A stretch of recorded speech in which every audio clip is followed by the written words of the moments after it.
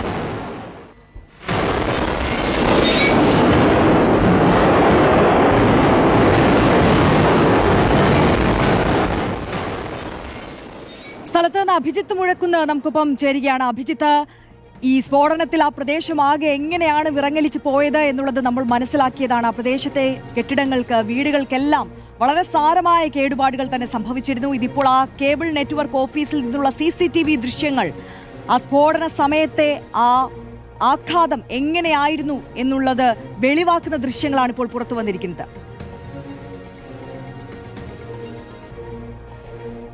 അങ്ങനെയാണ് ആര്യ. ഈ സ്ഫോടനം നടന്നതിന്റെ ചുറ്റുവട്ടത്ത് മാത്രമല്ല, മീറ്ററുകളോളം അപ്പുറം വരെ അതിന്റെ പ്രകമ്പനം ഉണ്ടായി എന്നുള്ളതാണ് അതിന്റെ തെളിവ് കൂടിയാണ് ഈ ദൃശ്യങ്ങൾ. നമ്മൾ ഈ ദൃശ്യങ്ങളിൽ കാണുന്നത് ഈ പ്രദേശത്തുള്ള കേബിൾ TV നെറ്റ്വർക്കിന്റെ ഓഫീസാണ്.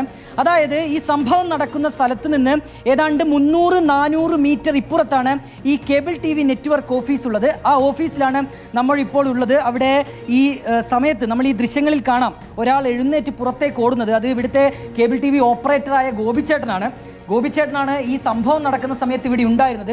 നമുക്ക് ആ ദൃശ്യങ്ങളിൽ ശ്രദ്ധിച്ചാൽ കാണാം ഈ വാതിൽ പോലെയുള്ള ഭാഗങ്ങളൊക്കെ, ഈ മുകളിലെ തട്ടുകളൊക്കെ ഈ പ്രകമ്പനത്തിൽ, ഈ സ്ഫോടനത്തിന്റെ ആഘാതത്തിൽ ഇങ്ങനെ വിറങ്ങലിക്കുന്നത് നമുക്ക് ആ ദൃശ്യങ്ങളിൽ കൃത്യമായി കാണാൻ അറിയാം. നമുക്കപ്പോൾ ഇപ്പോൾ ഗോപിച്ചേട്ടനുണ്ട്. ഗോപിച്ചേട്ടാ, പേടിച്ചു പോയല്ലേ?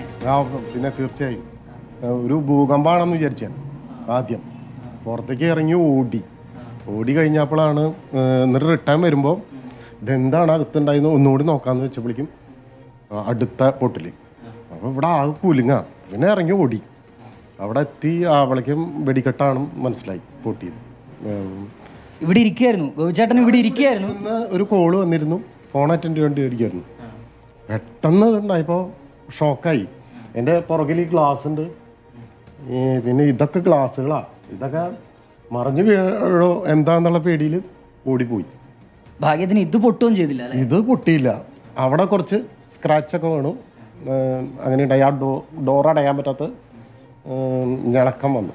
അത്ര മൊത്തത്തിൽ എന്താ സംഭവിക്കുന്നത് എന്നുള്ളൊരു കൺഫ്യൂഷൻ ആയിരിക്കുമല്ലോ. അതാണ് അറിയാൻ പറ്റാഞ്ഞ് പെട്ടെന്ന്. നമ്മൾ ഇവിടെ ഈ പരിസര പ്രദേശങ്ങളിൽ മുൻകാലങ്ങളിൽ ഭൂകമ്പ ചലനങ്ങൾ ഉണ്ടായിട്ടുണ്ട്.